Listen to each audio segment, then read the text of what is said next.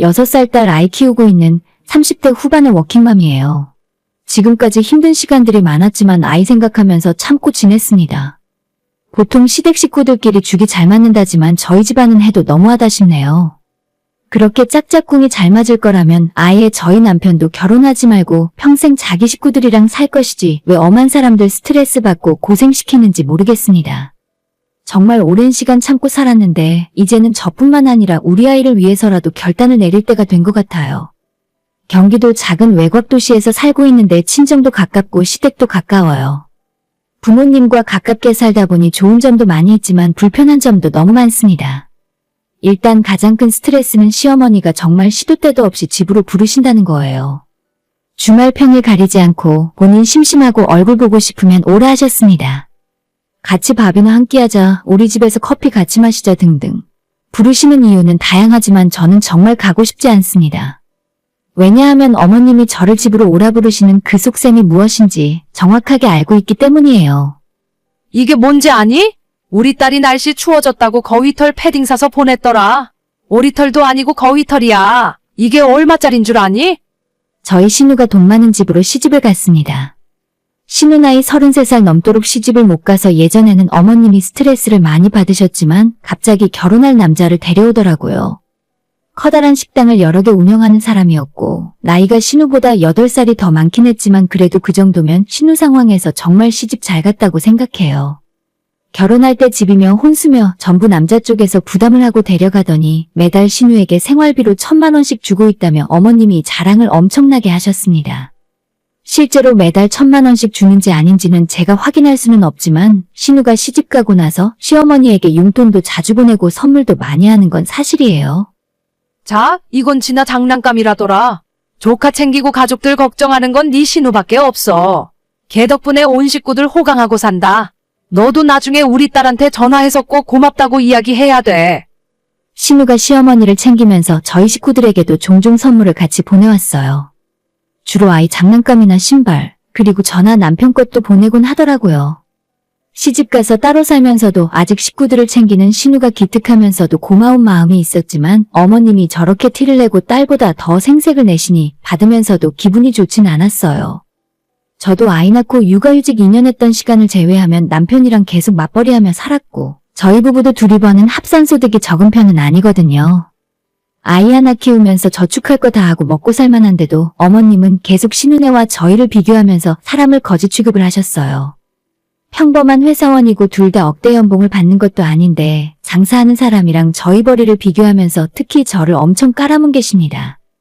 시댁이랑 집이 가깝다 보니 어머님이 저희 집에 찾아오시는 날도 많았는데 그럴 때마다 항상 빈손으로 오시는 법이 없으세요. 과일이나 과자나 우유 같은 이것저것을 싸오시는데 문제는 어머님께서 가져오는 물건 중에 멀쩡한 게 거의 없다는 겁니다. 자기 집에 처박아뒀다가 먹지도 않고 유통기한이 지난 것들이 대부분이고 라면이나 과자 같은 건 전부 유통기한이 한 달 이상 지나 있어요.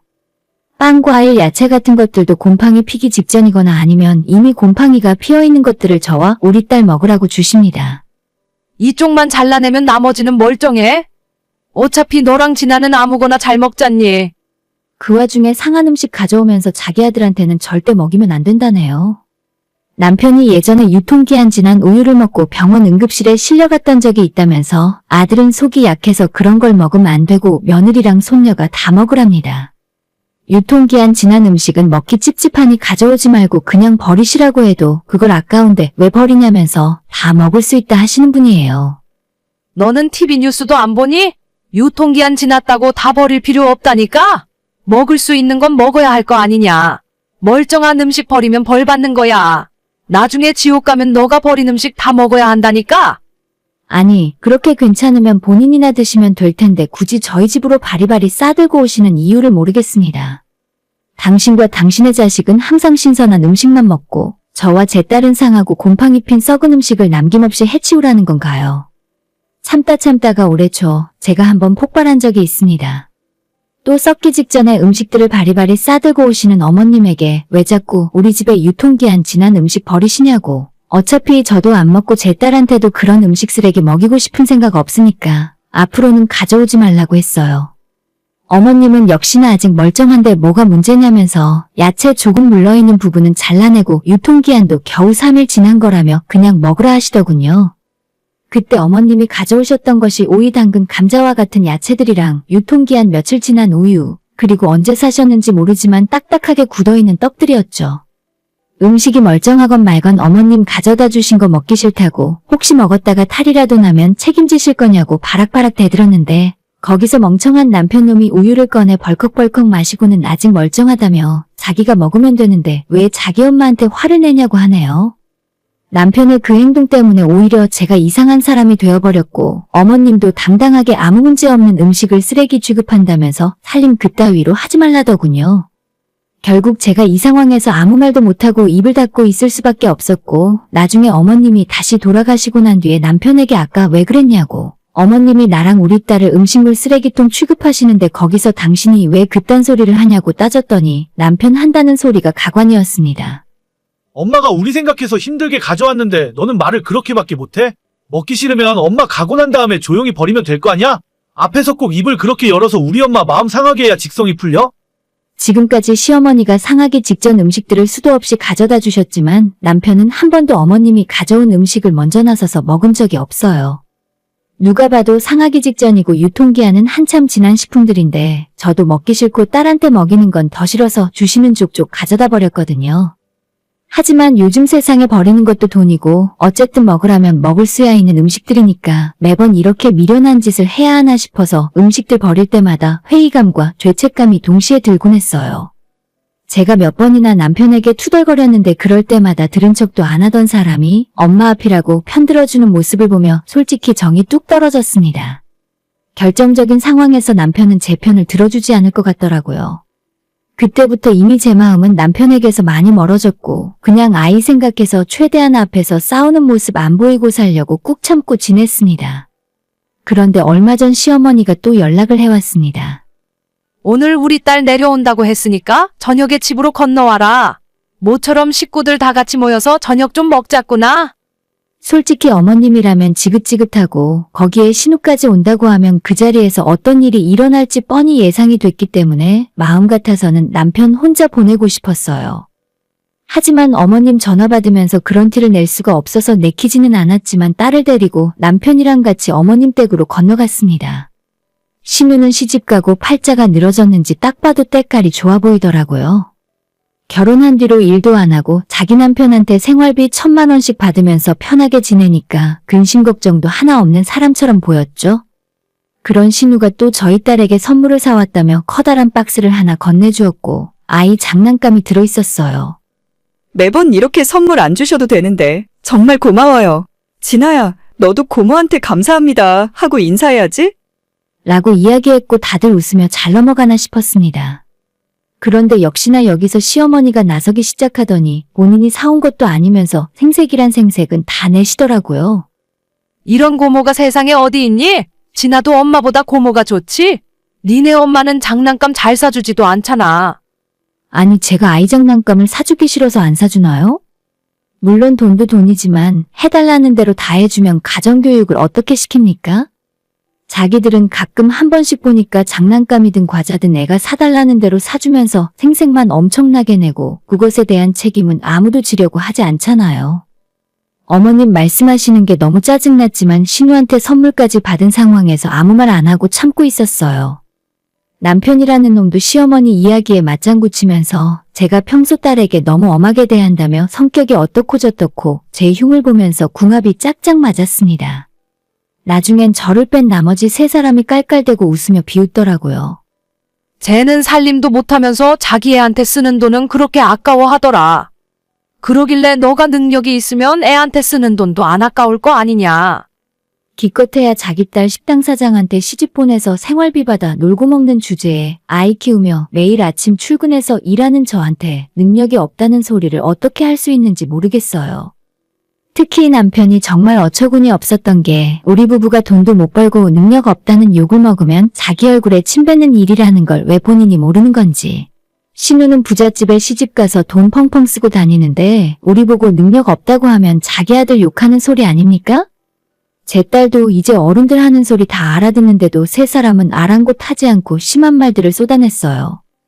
아이 앞에서 부모 흉을 보는 것만큼 하면 안 되는 일도 없다고 생각하는데 아무리 제가 참고 있었다 해도 그날은 너무 심하더라고요. 우리 진아는 고모 같은 엄마를 만났어야 하는데 예쁘고 돈도 많아서 장난감도 잘 사주는 그런 엄마. 지금이라도 고모네 집에 가서 살래? 고모네 딸 할래? 저도 거기에서 더는 못 참고 폭발해버리고 말았습니다. 솔직히 신우가 펑펑 써대는 그 돈이 신우가 버는 돈도 아니잖아요? 신우가 시집 잘 가서 생활비 1,000만 원씩 받는 게 능력이라면 저한테 문제가 있는 게 아니라 제 남편이 능력이 없어서 생기는 일이죠. 제가 어머님에게 그렇게 이야기했더니 나머지 세 사람이 펄펄 뛰며 난리가 났습니다. 아주 저를 잡아먹을 것처럼 어디 시댁 한가운데에서 남편 욕을 하느냐며 방방 뛰더라고요. 아니, 안 그래도 무능한 남편 만나서 누구처럼 놀고 먹지도 못하고 속상해 죽겠는데 차라리 제가 혼자 벌어서 지나 키우며 사는 게 낫겠네요. 이딴 소리 참아가며 이 집안 며느리 노릇 하고 싶지 않아요. 어리둥절해하는 딸을 데리고 시댁을 나왔고 바로 택시 잡아서 친정으로 향했습니다. 안 그래도 남편한테 오만정이 떨어져서 결혼 생활을 계속해야 하나 말아야 하나 고민을 하고 있던 참이었는데 이번 기회로 큰 결심을 하게 되었어요. 집에 도착하자마자 부모님에게 그동안 있었던 일들을 다 말씀드렸고 놀란 부모님이 타지에 살고 있는 제 친오빠한테까지 연락을 해서 친오빠네 부부도 그 늦은 시간에 친정집에 다 모이게 되었죠. 온 식구가 제 이야기를 들으면서 분통을 터뜨렸고 엄마는 너무 속상했는지 눈물까지 흘리셨습니다. 일단 남편과 이혼하고 당장 딸과 함께 살 집부터 구하라고 하셨어요. 남편에게 당장 이혼해달라 하고 아이는 내가 키울 거라고 했더니 아직도 상황 파악이 덜 됐는지 자기는 이혼할 마음이 없답니다.